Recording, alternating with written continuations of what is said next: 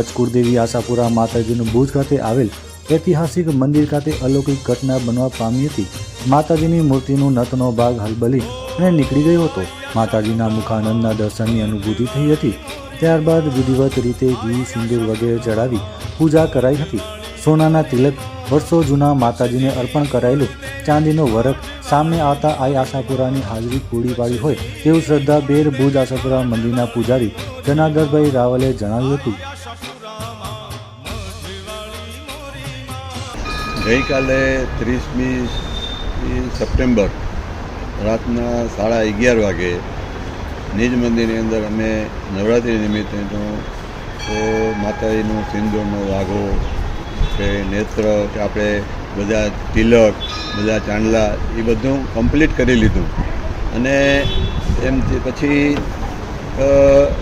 મારો મોટો સન એ ઉમરાની અંદર નાના ગણપતિ હનુમાનજીનો વાઘો ધરાવતા હતા। તો ત્યારે આપણે દર્શન કરીએ છીએ એની ડાબી બાજુની મૂર્તિમાં નથની નીચે નથનો ભાગ એટલે કે નાકની નીચેનો ભાગ આખો હલબલ્યો અને એ હલબલ્યો એટલે તરત જ મને ઘરમાં કહેવા આવ્યા કે ભાઈ આ પ્રમાણે થાય છે। એટલે તરત જ હું મંદિરમાં આવ્યો અને જોયું તો નથનો ભાગ આખો છૂટો પડી ગયો હતો અને ડગતો હતો। અને જ્યારે નજીક આવીને જોયું તો માતાજીના મુખવારવિંદ ઉપરના આખો જે મોઢોનો ભાગ છે એના 2 ભાગ આખા ખુલ્લા થઈ ગયા અને અંદરથી માતાજીના મૂળ સ્વરૂપના દર્શન થયા, જે અત્યારે આપણે જોઈએ છીએ કે જે આપણે અત્યારે દર્શન થાય છે।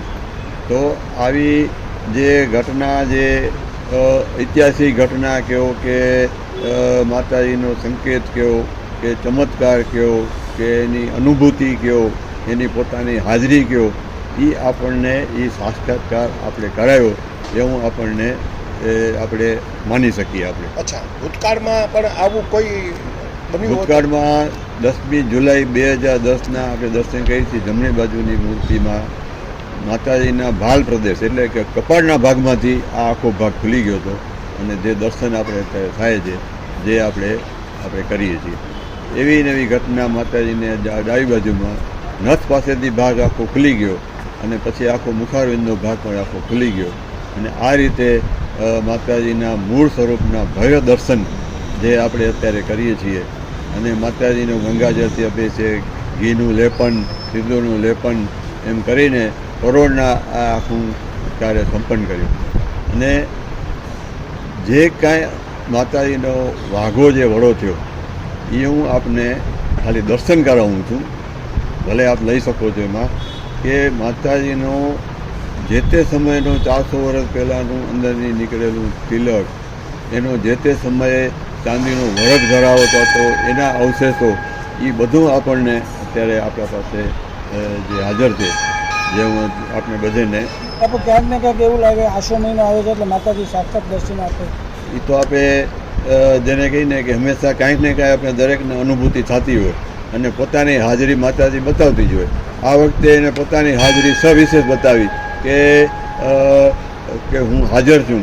અને જ્યારે આ વાઘો થયો ત્યારે તે પહેલાં કાંઈ એક ટકાભાર પણ એનો કાંઈ એવો ફેરફાર હતો નહીં અને જે સડન જે આખું જે નથ પાસેનો ભાગ ઉપડ્યો અને હલબલ્યોને જે આખો પોતાનો વાઘો મૂકી દીધો એ જે આપણે ઘટના જે રીતે આપણે મૂલવીએ એ રીતે આપણે મૂલવી શકીએ। અત્યારે કંઈ આપ બતાવી રહ્યા? અત્યારે હું આપને બતાવું છું।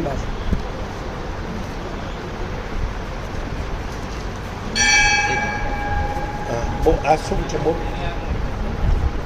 આ માતાજીનો જે વાઘો વડો થયો છે એ છે। માતાજીનો જે અત્યારે જે અંદરથી જે તિલક નીકળ્યું છે 400 વર્ષ પહેલાંનું એ પણ છે। અને જરીનો વાઘો એટલે કે ત્યારે ચાંદીનો કાંઈ જરી તો આવી હતી નહીં, ત્યારે ચાંદીનો વરખ જ્યારે ચડતો હશે એના પણ અંદરથી અવશેષો નીકળ્યા જે આપણે અત્યારે જોઈ શકીએ છીએ।